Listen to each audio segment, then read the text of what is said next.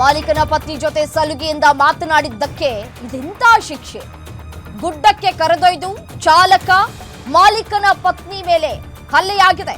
ಕೈಕಟ್ಟಿ ಬೆನ್ನಿಗೆ ದೊಣ್ಣೆಯಿಂದ ಕಾಲಿಗೆ ಬಡಿದಿದ್ದಾರೆ ಮಾಲೀಕ. ಮೈತುಂಬ ಬಾಸುಂಡೆ ಬರುವಂತೆ ಹಲ್ಲೆಯನ್ನ ಮಾಡಿದ್ದಾನೆ ಮಾಲೀಕ. ಮಾಲೀಕನ ಜೊತೆ ಸೇರಿ ಬಡಿದಂತಹ ಹಲವರು. ಚಬ್ಬಿ ಗ್ರಾಮದ ನಿವಾಸಿ ಚಾಲಕ ಪ್ರಕಾಶ್ ಮೇಲೆ ಹಲ್ಲೆಯಾಗಿದೆ. ಪ್ರಕಾಶ್ ಜೊತೆ ಸಲುಗೆಯಿಂದ ಇದ್ದ ಬೋರವ್ವಳಿಗೂ ಒದೆ ಬಿದ್ದಿದೆ. ಒದ್ದು ಹಲ್ಲೆಯನ್ನ ಮಾಡಿದ್ದಾರೆ. ತುಳಸಿಗೇರಿ ಗುಡ್ಡಕ್ಕೆ ಕರೆದೊಯ್ದು ಪ್ರಕಾಶ್ ಬೋರವ್ವದೆ ಥಳಿತ ಆಗಿದೆ.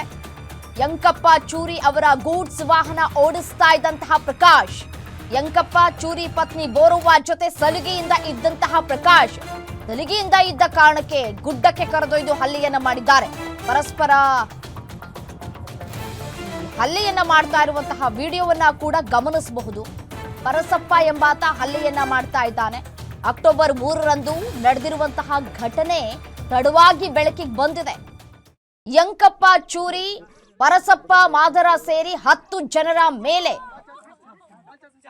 ಬಾಗಲಕೋಟೆಯ ನವನಗರ ಠಾಣೆಯಲ್ಲಿ ಎಫ್ಐಆರ್ ದಾಖಲಾಗಿದೆ.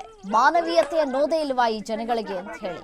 ನಿಜಕ್ಕೂ ಈ ರೀತಿಯಾಗಿ ಬಾಸುಂಡೆ ಬರುವ ರೀತಿಯಾಗಿ ಬೆನ್ನಿಗೆ ಮತ್ತೆ ಪಾದಕ್ಕೆ ಒಂದು ಸ್ವಲ್ಪ ಪೆಟ್ಟಾದ್ರೂ ಇಡೀ ಬಾಡಿಗೆ ನೋವಾಗತ್ತೆ. ಆಕ್ಚುಲಿ ಆಗಿ ಹೇಳ್ಬೇಕಂದ್ರೆ ಅಂತ ಪಾದಕ್ಕೆ ಕೈಯನ್ನ ಕಟ್ ಹಾಕಿ ಯಾಪರಿ ಮಟ್ಟಿಗೆ ಇವರು ಹೊಡೆದಿದ್ದಾರೆ ನೋಡಿ ದೃಶ್ಯಾವಳಿಗಳಲ್ಲಿ.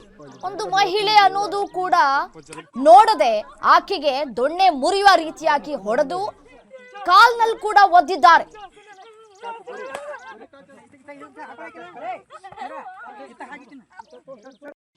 ಇದೇ ವಿಚಾರಕ್ಕೆ ಸಂಬಂಧಪಟ್ಟಂತೆ ಮತ್ತಷ್ಟು ಡೀಟೇಲ್ಸ್ ಕೊಡ್ತಾ ಹೋಗ್ತಾರೆ ನಮ್ಮ ಪ್ರತಿನಿಧಿ ಅಶೋಕ್ ದೂರವಾಣಿ ಸಂಪರ್ಕದಲ್ಲಿದ್ದಾರೆ.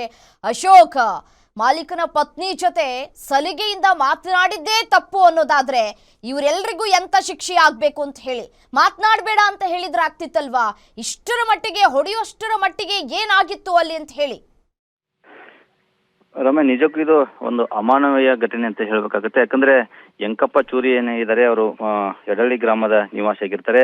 ಈ ತಳತಕ್ಕೆ ಒಳಗಾದಂತಹ ಹಲ್ಲೆಗೆ ಒಳಗಾದಂತಹ ವ್ಯಕ್ತಿ ಏನಿದ್ದಾರೆ 25 ವರ್ಷದ ಪ್ರಕಾಶ್ ಹೊಸ್ಮನಿ ಅವರು ಆ ಪಕ್ಕದ ಗ್ರಾಮದಲ್ಲಿರುವಂತಹ ಚೆಬ್ಬಿ ಗ್ರಾಮ, ಅದು ಈ ಯಡಳ್ಳಿ ಗ್ರಾಮ ಬಿಳಗಿ ತಾಲೂಕಿನ ವ್ಯಾಪ್ತಿಯಲ್ಲಿ ಬರುವಂತದ್ದು.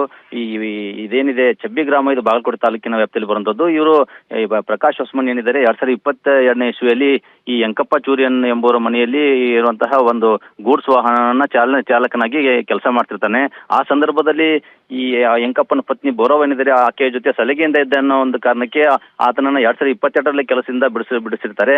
ನಂತರ ಆತ ಏನು ಬಾಗಲಕೋಟೆ ಏನು ಅಂದ್ಕೊಂಡಿದ್ದಂತಹ ವಿದ್ಯಾಗಿರಿಯಲ್ಲಿರುವಂತಹ ಒಂದು KMF ಡೈರಿಯಲ್ಲಿ ಗೂಡ್ಸ್ ಚಾಲಕನಾಗಿ ವಾಹನದ ಚಾಲಕನಾಗಿ ಕೆಲಸ ಮಾಡ್ತಾ ಇರ್ತಾನೆ. ಆದ್ರೆ ಏಕಾಏಕಿ ಅದು ಏನಾಗುತ್ತೋ ಗೊತ್ತಿಲ್ಲ.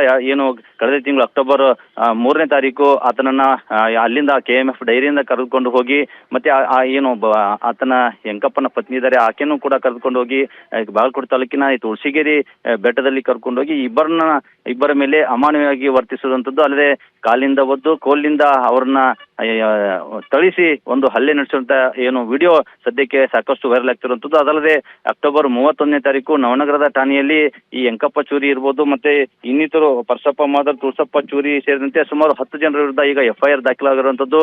ಆತ ತಡವಾಗಿ ಈ ಒಂದು ಘಟನೆ ಬೆಳಕಿ ಬಂದಿರುವಂತದ್ದು. ರಮ್ಯ, ಏನಂದ್ರೆ ಪ್ರಕಾಶ್ ಏನಿದ್ದಾರೆ ಆ ಪ್ರಕಾಶ್ ಸಾಕಷ್ಟು ಹಲ್ಲೆಗೆ ಒಳಗಾಗಿದ್ರಿಂದ ಆತ ತಡವಾಗಿ ಈ ಒಂದು ಪ್ರಕರಣವನ್ನ ನವನಗರ ಠಾಣೆಯಲ್ಲಿ ದಾಖಲಿಸುವಂತದ್ದು.